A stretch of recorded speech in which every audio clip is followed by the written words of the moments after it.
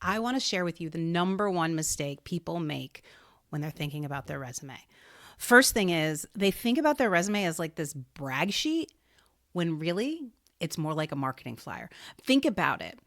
Attention spans are less than they've ever been. And so a resume is simply a way to grab the attention of somebody and say, they're intriguing. I want to learn more.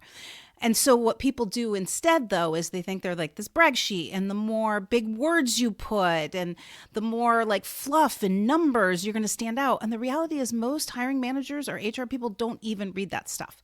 So here's what I suggest instead.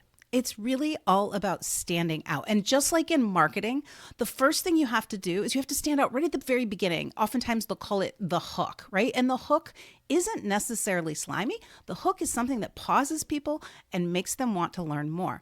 So here's what I suggest. This is the good news. To change up your resume and make it stand out is actually really easy. You just have to focus on one place, the summary. That top paragraph where most people write, first of all, in third person, and they write about what they're looking for and they fill it with buzzwords. I want you to scrap all that. Instead, I want you to think about talking about yourself as a unique superpower. Talk in the first person and talk about that thing that is likely a juxtaposition between two uncommon things that make you special. So I have a superpower. I am both a data nerd and I have the ability to actually talk to people and tell them through stories what that data looks like. That's an example. And why this should matter to you is that I want to come in so that you can no longer have to focus about convincing people. You can work on the strategy, and I'll be the one that dives into the data and lets people know why it matters. Like, just talk about what is your superpower and why does it make sense that it's going to help the other person. Because let's think about it. That's all people really care about. When they're hiring, they're usually overwhelmed and overworked, and they just want somebody to come in and make their life better. Now, here's the most frequently asked question I then get. But Erin, what about the ATS systems and the search terms? And what I say is, yeah, have some of those in there. It's like if you were to write a blog post. Most people know that writing a good blog, you do have to have, or you should have, some SEO terms, those terms that everybody's kind of looking for so that they can find it.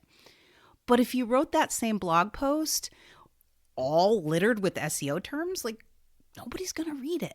So why do that with your resume?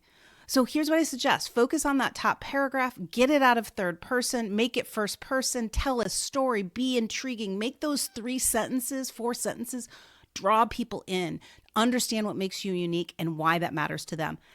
And then the other stuff, yeah, you can talk about the millions of dollars you saved or the number of people you manage and all those fancy things, because quite frankly, I'm probably not even going to read it, because once they read that first paragraph, they're going to say, I need to meet this person.